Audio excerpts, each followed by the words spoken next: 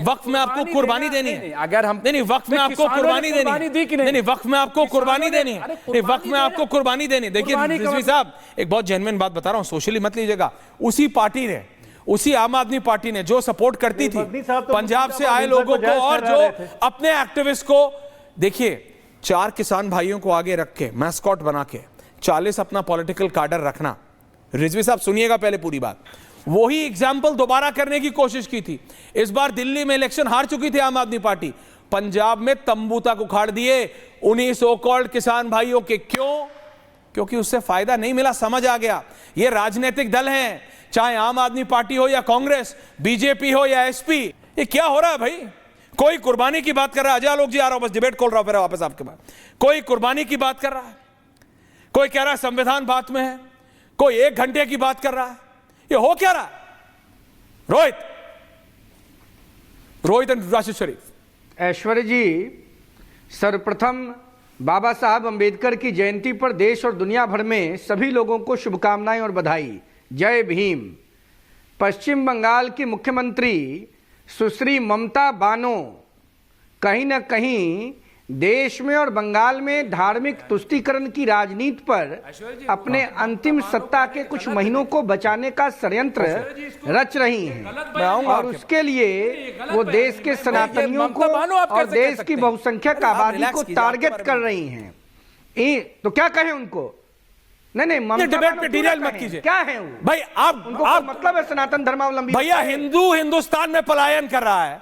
आप जरा उस पर रहेंगे रोहित जी, टॉपिक पे रहिए। Thank you. आप बताइए ना, उत्तर प्रदेश के कैराना में समाजवादी पार्टी की सरकार में हिंदुओं का पलायन होता था। जब भारतीय जनता पार्टी की सरकार बनी तो पलायन रुक गया। आज वही कहानी पश्चिम बंगाल में सुश्री ममता बानो के नेतृत्व में हो रहा है। ममता बनर्जी को पश्चिम बंगाल की जनता से कोई मतलब है क्या? ममता बनर्जी को हिंदुओं से कोई मतलब है क्या? ममता बनर्जी को बाबा साहब अंबेडकर के संविधान से मतलब है क्या?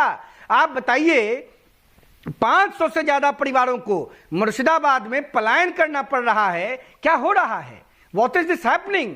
पश्चिम बंगाल में कोलकाता हाईकोर्ट का हम सम्मान करते हैं। हाईकोर्ट ने इंटरवीन किया और सेंट्रल एजेंसीज को, सेंट्रल फोर्सेस को मुर्शिदाबाद की धरती पर उतारा और उसके ऊपर भी ममता बानो के समर्थकों के द्वारा ईंट और पत्थर बरसाया जा रहा है।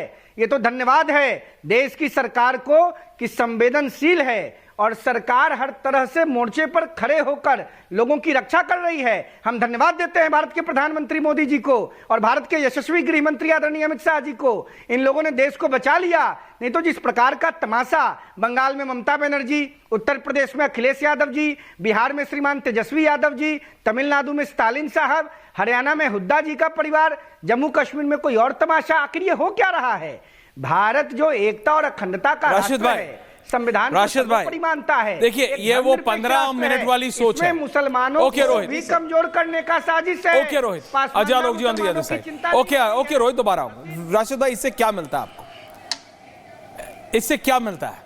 भड़काने से क्या मिलता है? कुर्बानी तो देनी पड़ेगी सर। नहीं, कुर्बानी तो नहीं, क्यों देनी है? कुर्बानी तो देनी पड़ेगी। क्यों आप गरीब मुसलमान जिसके नाम पे 40 लाख एकड़ जमीन इकट्ठी करा ली, उसको आप कुर्बानी के लिए भड़का रहे हो? No, I will not allow this Rashid भाई, I will not allow this. सुनिए, आप कुर्बानी के लिए क्यों भड़का रहे? रोहित रिलैक्स। नहीं, बिल्कुल आपको कुर्बानी 100% संविधान को बचाने के लिए देना है, हिंदू मुसलमान भाईचारे के लिए। अरे तो आपका मंत्री तो बोल रहा है हमारे लिए संविधान बाद में आता है। संविधान की किताब जेब में रखने से संविधान आगे नहीं आता है। राशिद भाई, ज्वाइन करो, बहुत अच्छा। राशिद शरीफ जी, नहीं, संविधान की किताब अगर जेब में रखने से होता तो मैं भी अपनी बंडी की जेब में संविधान की किताब रख लेता, लेकिन उससे कोई फर्क नहीं पड़ता।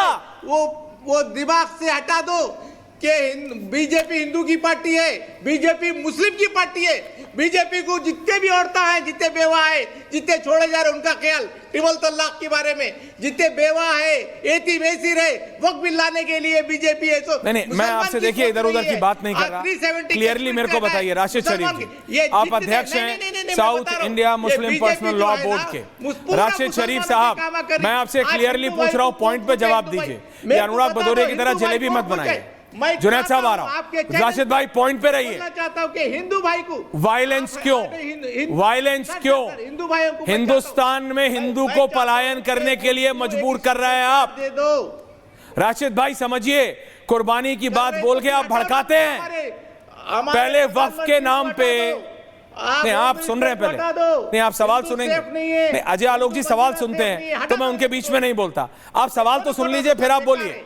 11 साल थक गए हम देख देख के लोगों को झूठे बातें देख के। आपको देख के आपके थकने से फर्क नहीं पड़ता, जनता नहीं थकी है, काम हो गए लोग, जनता उनको जिता रही है। कर रहा बोल तो और क्या होगा? जनता ने तीसरी बार आपको हराया है, देश की जनता ने तीसरी बार मोदी को जिताया है। क्या होना? आप 3 बार थको कि 30 बार थको, कर रहा है और क्या चाहिए इससे ज्यादा?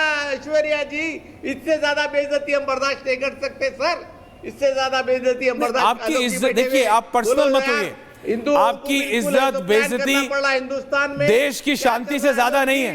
अजय आलोक जी, शर्मिंदा हो जाओ रोहित प्लीज, जरा शर्मिंदा। अजय आलोक जी एंड जुनैद हैरिस, हमारे प्रधानमंत्री बीजेपी। राशिद भाई, I am just not able to work it through. Ajay ji, ये मेरे को ये कॉन्सेप्ट ही नहीं समझ आ रहा है कि नहीं 11 साल से हम देख रहे हैं, हम अब और बर्दाश्त नहीं करेंगे तो हिंदू मतलब मजबूर होगा। लॉ बना दिया बीजेपी ने, विपक्ष के पास नंबर्स है नहीं, ये क्लियरली भड़का रहे हैं अलग अलग तरीके से। अजय जी,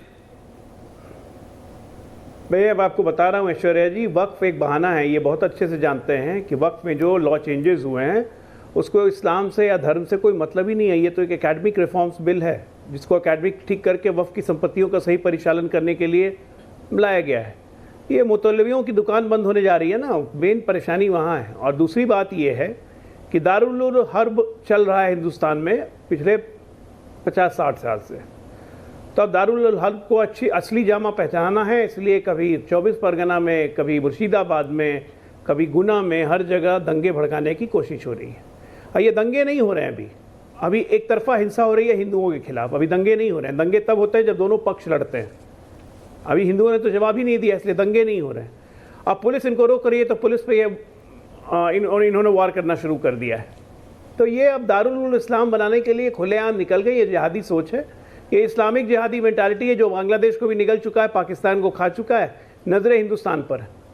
ये होगा नहीं, मैं एकदम आपके चैनल पे बड़ी जिम्मेदारी से कह रहा हूँ, ये होगा नहीं। ऐसे तमाम एलिमेंट्स जो जिहादी मानसिकता के हैं उनको पकड़ के हम कुचल देंगे। आज तो आ गया ना कि एसडीपीआई वहाँ पे जा के बच्चों को भड़का रहा था मुर्शिदाबाद में पिछले 3 दिन से, और ममता सरकार का अब तो कोई डाउट नहीं बचा, और इसीलिए इनका मन बढ़ा हुआ पश्चिम बंगाल में।